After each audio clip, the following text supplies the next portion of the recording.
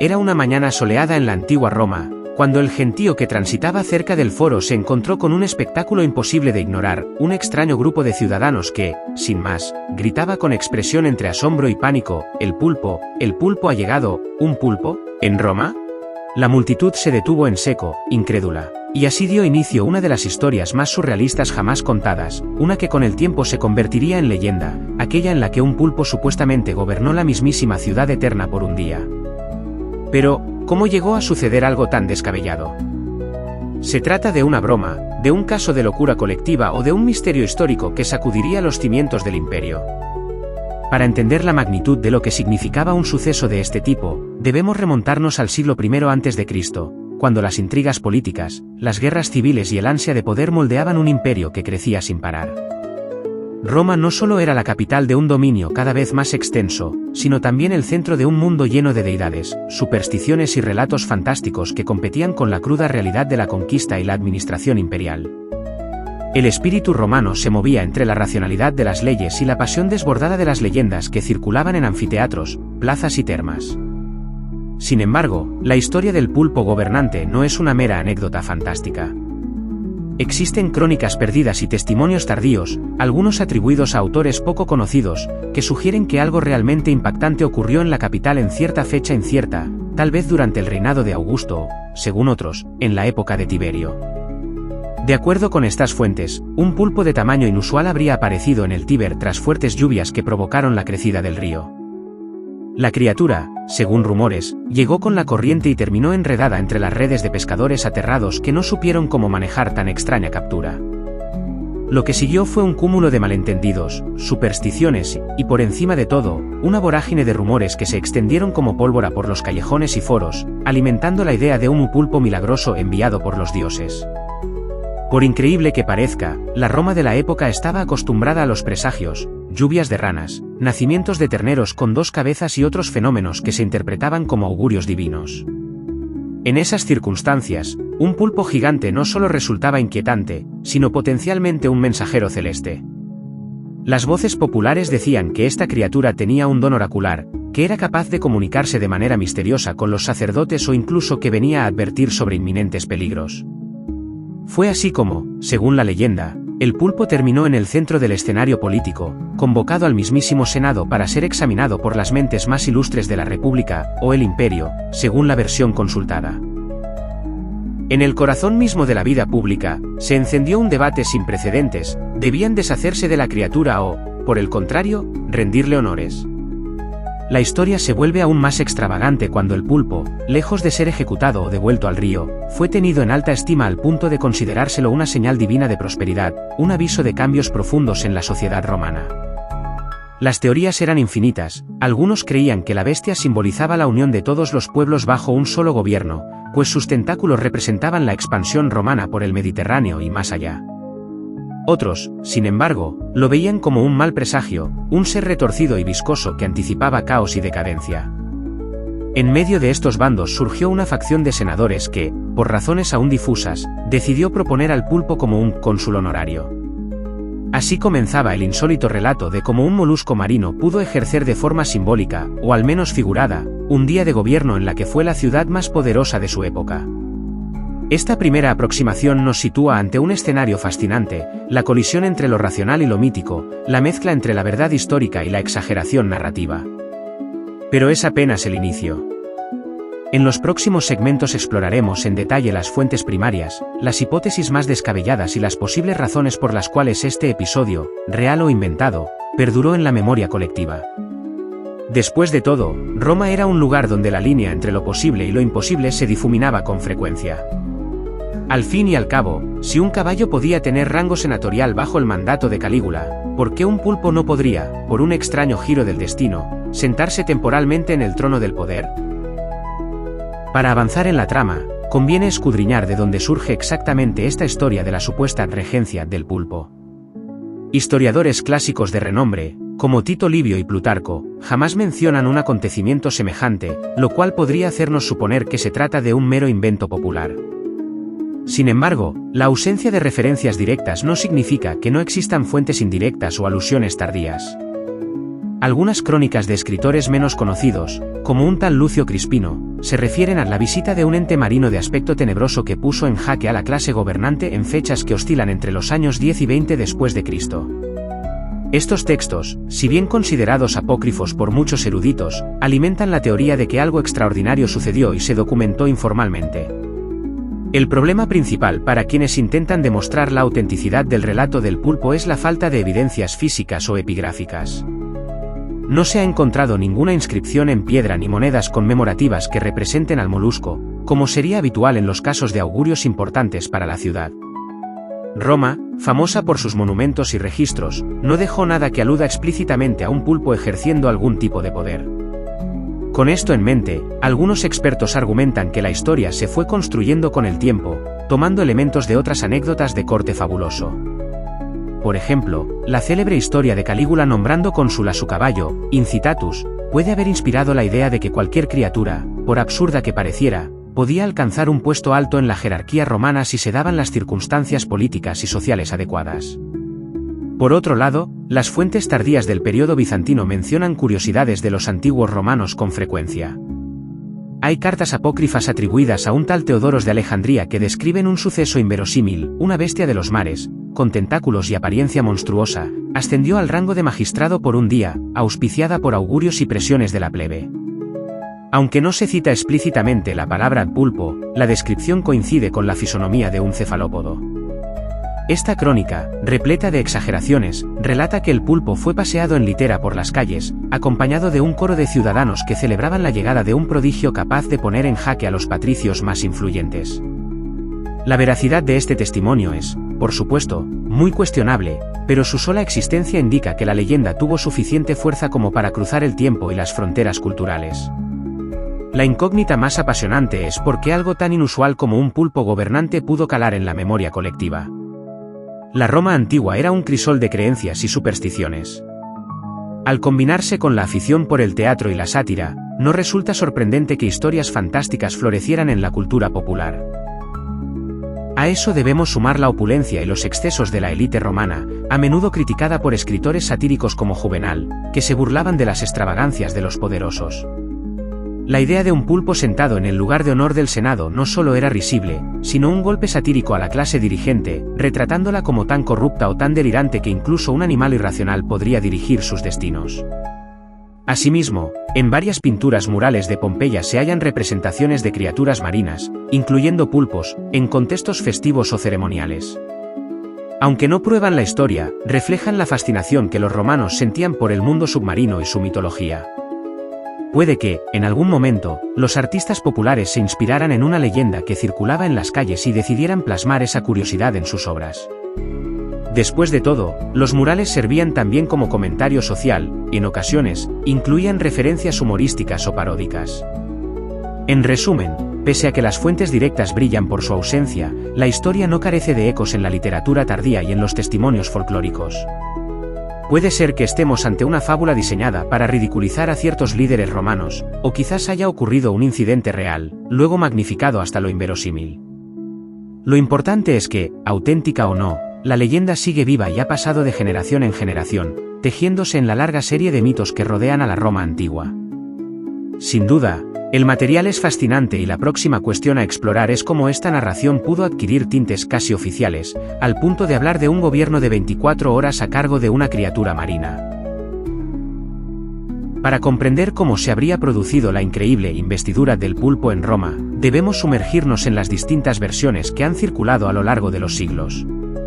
Una de las más difundidas cuenta que todo comenzó con una expedición pesquera que salió del puerto de Ostia hacia aguas más profundas, ante la necesidad de abastecer la ciudad de productos marinos. Según esta versión, los pescadores se toparon con una tormenta inesperada y, tras luchar contra las olas, emergió en sus redes un gigantesco pulpo de un color grisáceo, casi plateado. Se dice que el capitán del barco, temeroso de un mal augurio, decidió entregar la criatura directamente a las autoridades religiosas de Roma para que interpretaran si aquel hallazgo era un presagio de buena o mala fortuna. Otra variante asegura que el pulpo llegó por cuenta propia al Tíber, empujado por la creciente del río tras unas lluvias torrenciales que azotaron la región. En esta versión, la historia adquiere tintes más místicos. Algunos afirmaban que el animal era capaz de emitir sonidos guturales que recordaban vagamente el latín y que, por ende, la plebe lo consideró una manifestación divina. Estas creencias ganaron terreno ante la influencia de sacerdotes que buscaban señales del favor de los dioses en cada fenómeno extraño. Así, la criatura fue trasladada en procesión con una mezcla de adoración y temor, mientras la multitud clamaba por una interpretación oficial de su presencia. En ambos relatos, la trama converge en un punto central: el Senado romano, presionado por la opinión pública, decidió convocar una sesión extraordinaria para discutir el destino del insólito visitante. Aquí es donde la leyenda alcanza su clímax. Se narra que los senadores, ya afectados por disputas internas y temerosos de contradecir al supuesto mensajero divino, optaron por conceder al pulpo un estatus simbólico de autoridad. Unos sugieren que se le nombró cónsul honorario por un día, mientras que otros sostienen que fue declarado augur supremo para interpretar la voluntad de los dioses. Sea cual fuere el cargo, la criatura quedó investida con la dignidad de un magistrado romano durante un breve lapso, un acto que desafiaba no solo la lógica, sino también la estructura de poder de la época. El pueblo, siempre ávido de espectáculo, acudió en masa a contemplar al nuevo gobernante. Se cuenta que en las calles se alzaban gritos de júbilo, risas burlonas y oraciones condescendientes dirigidas al pulpo divino. Algunos incluso se acercaban para ofrecer tributos de peces y mariscos, como si de una deidad marina se tratase. La atmósfera debió ser un caótico mosaico de incredulidad, fervor religioso, sátira y entretenimiento puro, tan característico de la Roma antigua. Es esta mezcla de sensaciones la que, según los relatos populares, habría coronado al pulpo como la estrella del día en la ciudad eterna. Una interpretación muy distinta, respaldada por algunos estudiosos modernos de la antropología cultural, considera que tal vez nunca hubo un verdadero pulpo gigante. Apuntan a la posibilidad de que todo esto fuese una performance o un acto de burla política orquestado por facciones descontentas con el Senado. En ese hipotético montaje, algún agitador político podría haber introducido una marioneta de gran realismo o incluso un animal disecado para ridiculizar la credulidad de la población y la manipulación del poder. Si esa fuera la verdad, estaríamos ante uno de los primeros ejemplos de teatro político, con el fin de exhibir las debilidades de la clase gobernante. Sea como fuere, la historia caló hondo en la imaginación popular. Durante generaciones, los rapsodas y cuentacuentos llevaron la anécdota de ciudad en ciudad, añadiéndole detalles pintorescos y extravagantes. Que si el pulpo regalaba sortijas con sus tentáculos, que si devoró la toga de un senador que osó desafiarlo, o incluso que mantenía diálogos crípticos con las vestales para predecir el futuro del imperio. Todas estas variaciones, por más disparatadas que resulten, apuntan a un mismo eje narrativo: la irrupción de algo absolutamente inaudito en el corazón de Roma, un golpe de efecto que dejó boquiabiertos tanto a plebeyos como a patricios. Al final, esta diversidad de versiones ilustra la complejidad y la riqueza del folclore romano. Quizás nunca sepamos con precisión cuál fue el detonante real de la historia, si existió un pulpo tangible o si fue tan solo un recurso satírico. Lo que sí es indudable es que el relato trascendió su contexto original y encontró un lugar de honor en la cadena de leyendas que, hasta nuestros días, siguen cautivando a los amantes de la historia y la fantasía. En la próxima parte, abordaremos cómo el poder romano, tan celoso de su autoridad, reaccionó ante la locura colectiva que coronó momentáneamente a un molusco, así como las consecuencias que esta burla, o milagro, pudo generar en la estructura política de la época. La capacidad de Roma para asimilar eventos insólitos dependía en gran medida de la facción política que dominara en cada momento. Si la élite se sentía amenazada, la respuesta podía ser contundente y brutal. Baste recordar el destino de quienes osaban desafiar la autoridad de los emperadores más sanguinarios, como Nerón o Calígula, quienes no dudaban en eliminar a cualquier persona que consideraran una amenaza. Sin embargo, el relato del pulpo gobernador se desarrolla, según la mayoría de las versiones, en un periodo más estable, probablemente bajo el reinado de Augusto o Tiberio, donde las formas republicanas aún se mantenían en apariencia, y el Senado conservaba cierta presencia política. Lo que resulta fascinante es que, en lugar de una represión inmediata, la historia pinta un ambiente de perplejidad y desconcierto dentro de las altas esferas. Por un lado, estaban los pragmáticos, que consideraban el episodio del pulpo como una farsa peligrosa para la reputación de Roma. Estos senadores y patricios argumentaban que no se podía permitir que un animal, o una creencia absurda, tomara las riendas del poder ni por un solo instante, pues la credibilidad del Senado quedaría en entredicho, y la ciudad corría el riesgo de perder el respeto de las provincias y aliados. Por otro lado, había quienes, por temor a contrariar a la muchedumbre o a los augures, o simplemente por ver una oportunidad de ganar popularidad, preferían mostrarse comprensivos ante la posibilidad de un prodigio divino. Los testimonios que han llegado hasta nosotros hablan de un debate acalorado en las salas del Senado. Algunos senadores abogaban por devolver inmediatamente al pulpo al Tíbero, sacrificarlo en honor a los dioses, mientras otros se reían de la ocurrencia y proponían prolongar la broma para congraciarse con el pueblo. Ciertos escritos tardíos mencionan que varios tribunos de la plebe llegaron a amenazar con un veto si se intentaba atentar contra la integridad del molusco, en lo que podría interpretarse como un acto de desafío a la aristocracia.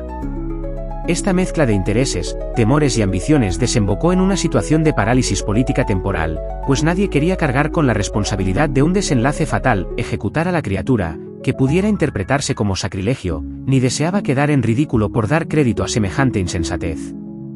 En paralelo, la prensa no existía tal como la conocemos hoy, pero las noticias se difundían con rapidez mediante pregoneros y conversaciones en las plazas. Roma era un hervidero de rumores, y cada comentario en las termas o en el mercado agregaba un nuevo matiz a la fábula. De ahí que la aristocracia se viera ante un serio dilema: ignorar la historia podía implicar que siguiera creciendo de forma incontrolada, mientras que perseguir a sus promotores podía desembocar en protestas populares. Al final, la estrategia que adoptaron los patricios fue la de un silencio incómodo, permitiendo que la euforia se desgastara por sí sola. Confiaban en que, al cabo de unos días, el furor en torno al pulpo se diluiría ante los problemas cotidianos y la política real. Sin embargo, no contaban con el ingenio de algunos ciudadanos que vieron en el suceso la ocasión perfecta para burlarse de los poderes establecidos. Poetas satíricos, dramaturgos aficionados y hasta algunos retóricos de segunda categoría empezaron a componer versos y pequeñas obras teatrales donde el pulpo aparecía revestido de dignidad consular, emitiendo decretos en latín chapucero y dirigiendo al pueblo a un futuro más transparente y viscoso. Estas representaciones, cargadas de humor y crítica, fueron ganando adeptos en cada rincón de la ciudad. Para la élite, resultó cada vez más penoso contener la risa, o la cólera, al verse retratada como el hazmerreír de la propia población. La consecuencia inmediata de esta ola de sátira fue el cuestionamiento implícito de la seriedad del régimen. Daba la impresión de que si un pulpo podía ser investido con un cargo público, nada en Roma estaba a salvo de la burla popular. Algunos historiadores sostienen que el gobierno, para contrarrestar el efecto subversivo del relato, divulgó noticias de grandes victorias militares y promocionó espectáculos en el Circo Máximo con el fin de distraer a la masa. Otros opinan que fue el propio tiempo el que calmó las aguas. Tarde o temprano, un suceso tan estrafalario terminaría hundiéndose en el olvido. Sea cual sea la versión, la historia parece haber dejado un pozo de suspicacia en la aristocracia romana, una certeza de que el humor y las creencias populares podían convertirse en un arma contra la pompa y la solemnidad de los poderosos. Con este panorama, podemos intuir que la llegada del pulpo a la cúspide del poder, fuera simbólica o real, generó un verdadero terremoto cultural y político. En la siguiente parte, investigaremos con más detalle la dimensión simbólica que tuvo esta leyenda y cómo la figura del pulpo, objeto de asombro y de chiste, llegó a representar algo más profundo sobre la identidad de Roma y la relación entre gobernantes y gobernados. En la cultura romana, los símbolos tenían un peso inmenso, desde las águilas imperiales que encabezaban las legiones hasta los gestos de los augures leyendo el vuelo de las aves. La historia del pulpo encaja perfectamente en esa tradición de otorgar significados trascendentales a la fauna, especialmente cuando provenía de entornos exóticos como el mar. Un pulpo no solo era un animal curioso, también era una criatura de aspectos alienígena que encarnaba valores o vicios según la óptica del observador. Para algunos, simbolizaba la adaptabilidad y la astucia, pues el pulpo puede camuflarse y deslizarse con ingenio. Para otros, representaba el engaño y la malevolencia, un ser dispuesto a envolver y sofocar a su presa con la frialdad de sus tentáculos. En Roma, cuyos gobernantes a menudo recurrían a la propaganda para reforzar su imagen, la fábula de un pulpo encumbrado al poder podía interpretarse como un golpe de sátira profunda. Era como decir, si cualquiera de nosotros puede llegar a cónsul o emperador, incluso una criatura marina, ¿qué credibilidad tiene nuestra élite política? De hecho, varias corrientes de pensamiento en la historiografía romana apuntan a que la corrupción y el compadreo hacían que los puestos públicos pudieran ser obtenidos por medio de favores, sobornos o herencias familiares, más que por auténtico mérito.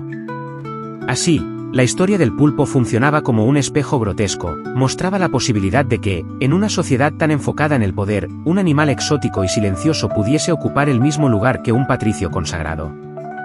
Por otro lado, esta narrativa pudo haber servido como una especie de mito catártico para el pueblo llano.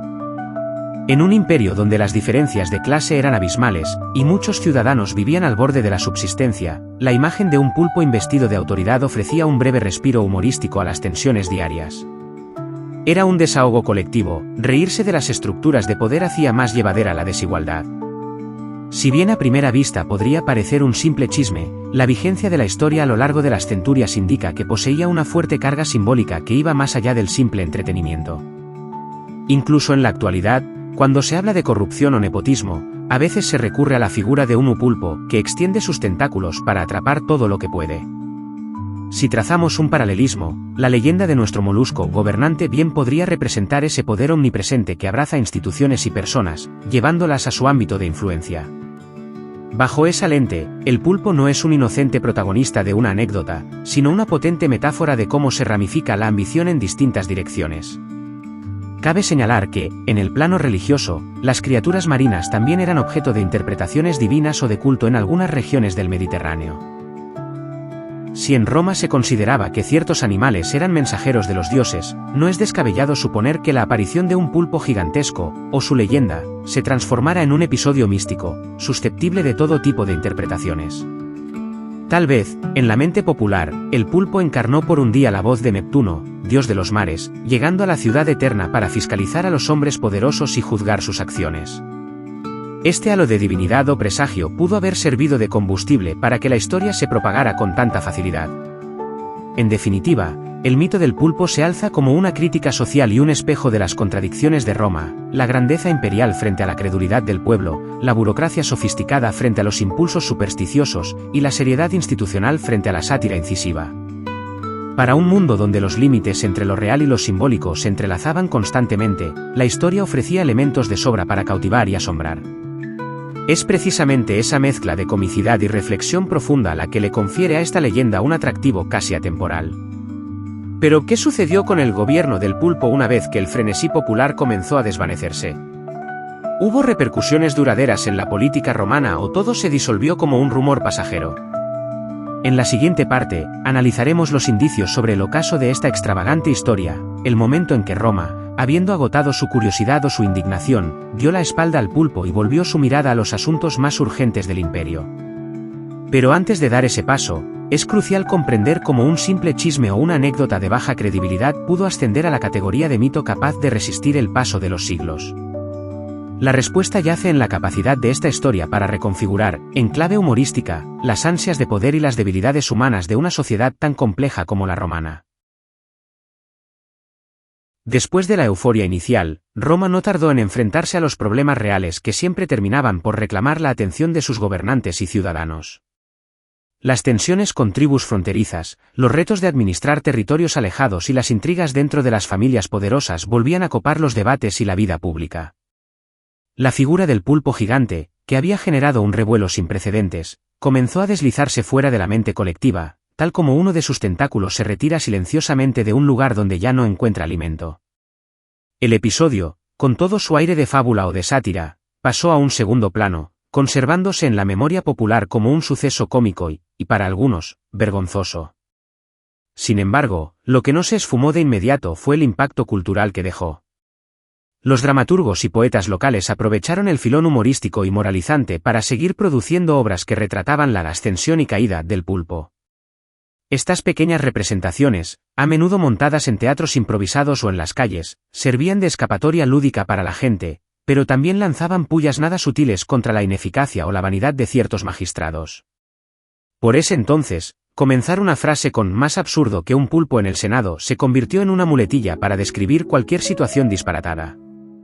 A la vez, se acuñaron expresiones como «tentáculos de la corrupción», que evocaban la imagen de un ente con capacidad de abarcarlo todo, haciendo alusión a la creciente codicia de muchos funcionarios. Las autoridades, por su parte, aprendieron a manejar con mayor cautela el poder de las historias y la credulidad popular. Se dieron cuenta de que un rumor llevado al extremo podía poner en jaque su respetabilidad, en cierta manera, su autoridad. Por eso, En los meses que siguieron a la supuesta gobernanza del pulpo, se incrementaron los esfuerzos por censurar y ridiculizar cualquier referencia exagerada al acontecimiento. Con la colaboración de algunos historiadores cercanos al poder, se impulsaron narrativas oficiales que calificaban el hecho como un fraude urdido por desestabilizadores o, simplemente, una broma de mal gusto. Poco a poco, la versión oficial fue ganando terreno, y mucha gente comenzó a preferir creer que todo había sido un montaje teatral antes que aceptar la posibilidad de que su amada Roma hubiera cedido su soberanía, aunque fuera de modo simbólico, a un animal marino. El paso del tiempo hizo el resto. Al cabo de una generación, quedaban pocos testigos presenciales, si es que los hubo, de la supuesta investidura del pulpo, y la línea entre realidad y fantasía se tornó cada vez más difusa. Los relatos escritos sobre el suceso eran escasos y a menudo contradictorios. Además, muchas de esas crónicas no sobrevivieron a la caída del imperio o fueron consideradas irrelevantes por copistas medievales, más interesados en textos de carácter religioso y filosófico. La pervivencia de la historia, por tanto, quedó casi en manos de la tradición oral, que suele engalanar y distorsionar lo que transmite. No es extraño que, siglos después, la anécdota haya llegado hasta nosotros con tantos matices distintos. Para algunos, la criatura era gigantesca, para otros, apenas un pulpo de tamaño regular. Unos decían que emitía sonidos inteligibles, otros, que solo era un pobre animal sometido al espectáculo. Lo que sí parece innegable es que el caso del pulpo gobernante dejó un pozo de escepticismo en la población romana hacia cualquier fenómeno que se presentara como milagroso.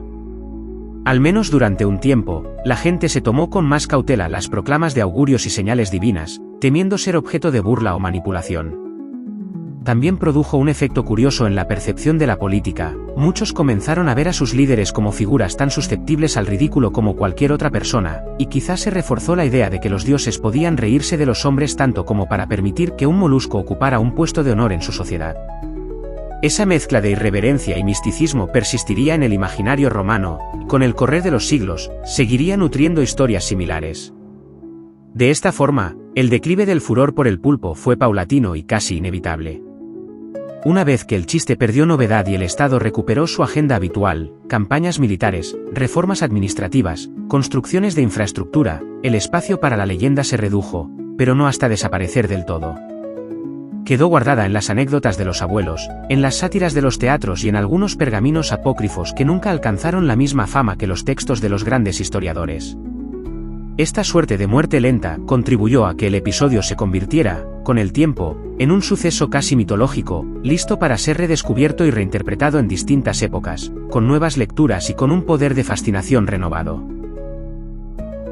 Al llegar a este punto, cabe preguntarse qué nos enseña la historia del pulpo que gobernó Roma o, al menos, de la fábula que convirtió a un animal marino en el protagonista de la vida política de la ciudad eterna. Por un lado, el relato nos demuestra la potencia de la imaginación colectiva y cómo un rumor, convenientemente aderezado con superstición y sátira, puede escalar hasta niveles insospechados, incluso en sociedades tan estructuradas como la romana.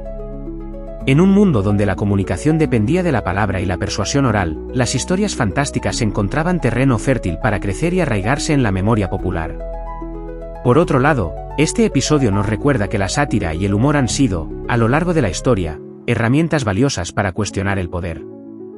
Una ciudad que podía vitorear a un pulpo como gobernante era también una ciudad capaz de burlarse de sus líderes, evidenciando fallas en el sistema. La risa se convertía en un mecanismo para procesar y relativizar las tensiones de la vida política, ofreciendo un respiro necesario a los estratos sociales más golpeados por las desigualdades. También sirvió como advertencia para las élites. La población, aunque oprimida, siempre encuentra formas de expresar su inconformidad y su escepticismo hacia quienes detentan la autoridad. En la cultura popular contemporánea, la idea de un pulpo que reina o ejerce influencia no ha desaparecido por completo. Aparece en viñetas de cómics, en películas de corte paródico y en referencias literarias que se inspiran en la iconografía de lo absurdo.